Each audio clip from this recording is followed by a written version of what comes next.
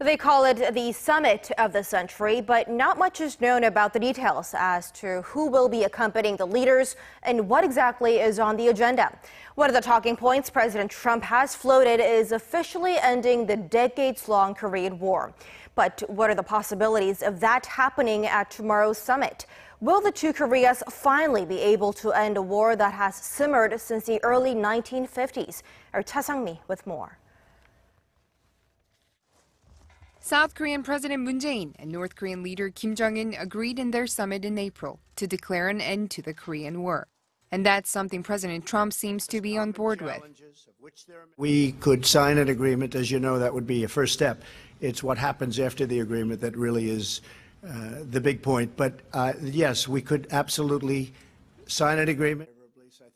President Trump was referring to the possibility that he and Kim Jong-un could agree when they meet to officially end the Korean War, a conflict that's lasted almost 7 decades.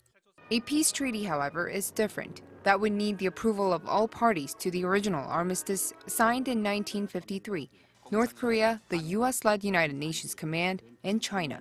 South Korea, of course, would need to sign any such treaty too, even though it wasn't part of the armistice, because then-President Lee Seung-man was against the idea. There is no set roadmap to peace on the Korean Peninsula, and if the war is to be ended, an expert says, in fact, there are different ways it could be done. The declaration of a war's end means that combatants declare they're not going to fight anymore. When they do that, sometimes it ends only with the declaration, and other times they make a treaty or they agree upon a regime or system.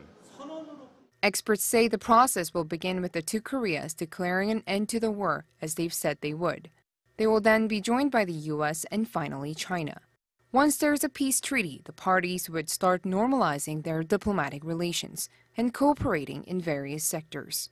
In any case, most observers say the old armistice has outlived its usefulness, noting that large-scale hostilities stopped a long time ago.